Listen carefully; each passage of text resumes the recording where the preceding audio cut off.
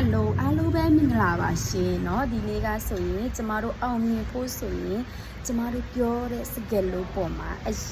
န်ကိုမှသက်ဆိုင်ပါတယ်။ဘာဖြစ်လို့လဲဆိုတော့ကျမတို့အောင်မြင်ခြင်းနဲ့ကိုတိုးတက်ခြင်းနဲ့ဆိုရင်ကျမတို့ကနေပြီးတော့ပေါ့နော်ငါလုံးကြည့်မယ်ဆိုတဲ့စကားလုံးကိုထုတ်လိုက်ခြင်းအားဖြင့်ကျမတို့တွေကရလက်ကဘယ်လိုမျိုးဖြစ်လဲဆိုတော့သိတယ်မလားလုံးကြည့်တယ်ဒါပေမဲ့နေရာတစ်ခုရောက်ပြီဆိုရင်မလုတ်ဖြစ်တာတို့အချိန်လေးပို့ပြီးတော့ဘလို့ပင်ပန်းနေပေါ့နော်ပင်ပန်းနေဆိုရင်ကျမတို့တွေဘာဖြစ်လဲအခက်ခဲလေးနည်းတွေ့တယ်ဆိုရင်အဲ့ဒီအလုပ်တစ်ခုကိုကနေပြီးတော့မလုတ်ဖြစ်တော့ဘူးပေါ့နော်ဒါဆိုရင်ဒုတိယနံပါတ်1ချက်ကကျမတို့လုံးကြည့်မယ်လို့ပြောမဲ့စကားကိုကျမတို့ကို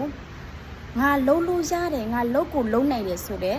စကားလုံးကိုပြောကြည့်ပါအဲ့လိုမျိုးပြောချင်းအားဖြင့်ကျမတို့ရဲ့လှုပ်ဆောင်ချက်ကပေါ့ပါလန်းဆန်းပြီးပေါ့နော်စိတ်ထဲမှာလဲပေါ့နော်ပေါ့ပလေးနဲ့ဒီအလုပ်တစ်ခုကိုငါလုံနိုင်တယ်ဆိုတဲ့စိတ်တစ်ခုကယုံကြည်မှုပို့ရှိပြီးတော့ထိရမှုပို့ရှိပါဖြစ်ပါတယ်ဒါကြောင့်မလို့ကျမတို့စကား